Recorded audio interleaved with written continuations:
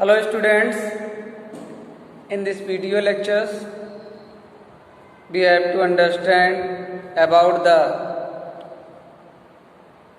function of RBI.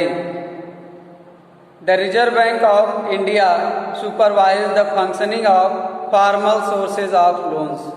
जो reserve bank of India है, ये जो फॉर्मल सोर्स के लोन हैं इसके फंक्शंस पर नज़र रखती है, इसके फंक्शंस को केयर करती है। और फॉर्मल सेक्टर के जो लोन्स हैं ये बैंक्स और कोऑपरेटिव्स इशू करते हैं। इसके अलावा लोन के टू सोर्स हैं, formal sector loans and informal sector loans. तो फॉर्मल सेक्टर लोन्स है वो बैंक और कोऑपरेटिव्स इशू करता है बारोवर्स को। इसके अलावा जो इनफॉर्मल सेक्टर लोन्स हैं, लोग मनी लेंडर से, लैंडलॉर्ड, फ्रेंड्स और रिलेटिव से ये लोन्स लेते हैं। दोनों में डिफरेंसेस क्या है कि जो फॉर्मल सेक्टर ऑफ लोन्स है ये आरबीआई के कंट्रोल में है, इंटरेस्ट रेट कम चार्ज करेगा। वहीं जो इनफॉर्मल सेक्टर ऑफ लोन्स है, money lender, money lenders, relatives, friends and landlord, ये लोग मनमाने ढंग से इंटरेस्ट रेट चार्ज करेंगे और बारोवर से मनी वसूलने के लिए हरास भी करते हैं और कोई भी ट्रांजैक्शन डिटेल्स भी नहीं रखते हैं। इसके अलावा बैंक में ट्रांजैक्शन डिटेल्स रखना पड़ता है। तो हम आरबीआई के फंक्शन को समझेंगे कि कैसे ये जो फॉर्मल सेक्टर्स के जो सोर्स हैं लोन के या बैंक्स पर, ये कैसे आरबीआई कंट्रोल रखती है। The reserve bank of India supervise the functioning of formal sources of loans. For example, we have seen that the banks maintain the minimum cash balance out of deposits. तो जो banks है, जितने भी depositors जो money deposit करते हैं, इसका बहुत ही मिनिमम कैश बैलेंस रखता है। मिनिमम 15% ये अपने पास एज ए कैश के रूप में बैंक्स रखती हैं, बाकी पैसा ये लोन प्रोवाइड करती हैं या आरबीआई में जमा कर देती हैं, आरबीआई में डिपॉजिट कर देती हैं। तो इस तरह से cash balance out of deposit they receive, तो जितना डिपॉजिट्स ये बैंक रिसीव करती हैं उसका बहुत ही कम कैश अपने पास रखती हैं। The RBI monitors the bank in actually maintaining cash balance. RBI ये भी मॉनिटर्स करती है बैंक को कि एक्चुअली मेंटेनिंग कैश बैलेंस, तो बैंक्स अपना कैश बैलेंस मेंटेन रखे या कितना कैश बैलेंस मेंटेन है इस पर भी बैंक्स नज़र रखती है। RBI monitors the banks in actually maintaining cash balance. Similarly the RBI sees that the banks give loans not just to profit making businessman and traders but also to small cultivators, small scale industries, to small borrowers etc. RBI बैंकों पर यह भी नज़र रखती है कि कहीं ऐसा तो नहीं है कि बैंक ये प्रॉफिट कमाने के चक्कर में बिजनेसमैन और ट्रेडर्स को लोन दे रही है, छोटे व्यापारियों को लोन नहीं दिया जा रहा है, किसानों को लोन नहीं दिया जा रहा है। ऐसा क्यों?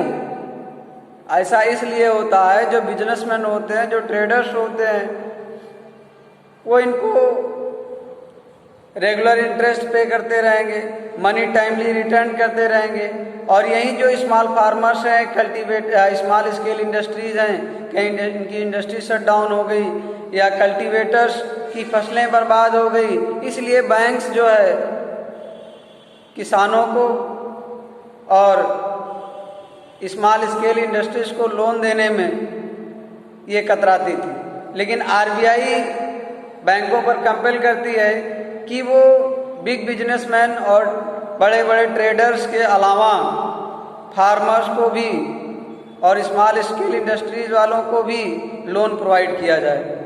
इसी रेफरेंस में आप देखते होंगे कि विलेज में फार्मर्स को केसीसी इशू किया गया है, किसान क्रेडिट कार्ड। ये आरबीआई का ही फंक्शन है कि बैंकों को निर्धारित किया गया कि आप लोग किसान के क्रेडिट कार्ड इशू करिए, गवर्नमेंट्स के थ्रू ऑर्डर दे करके किसानों को भी लोन सैंक्शन किया जाए। Small scale industries to small borrowers etcetera, तो छोटे स्मॉल इंडस्ट्रीज और स्मॉल बारोवर्स को भी लोन दिया जाए। इसके अलावा periodically banks have to submit information to the RBI how much they are lending and to whom।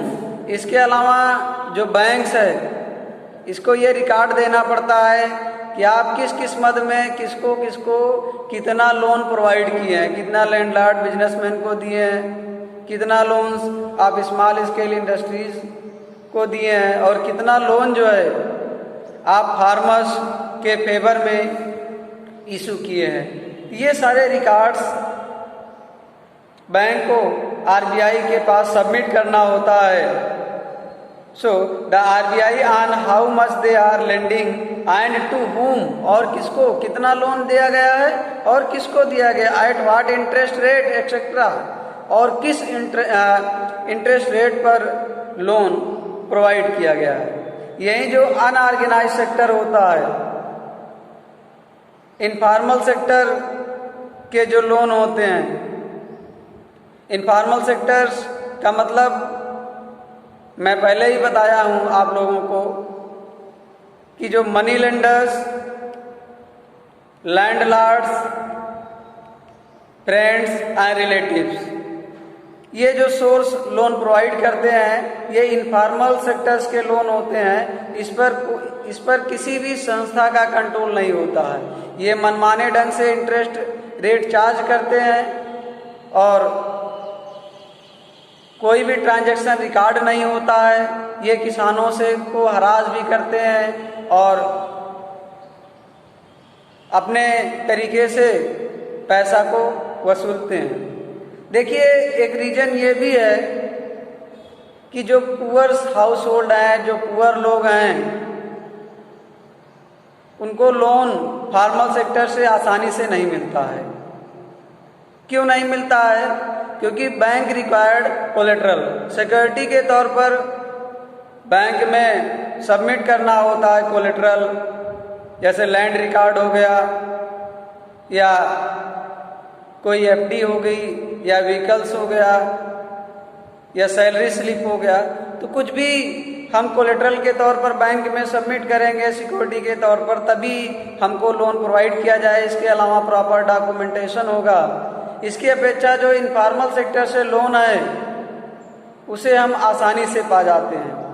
कैसे पा जाते हैं? बस मनी लेंडर्स पर्सनली व्यक्ति को जानता हो, थोड़ी सी जान पहचान होने के बाद मनी लेंडर्स बारोवर्स को मनी इशू कर देता है।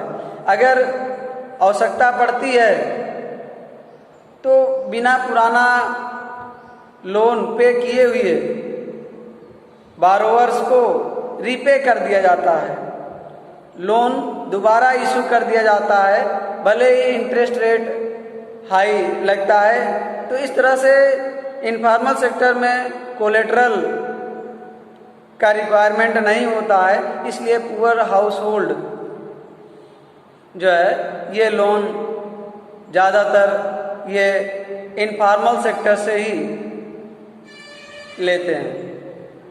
Thank you, have a nice day.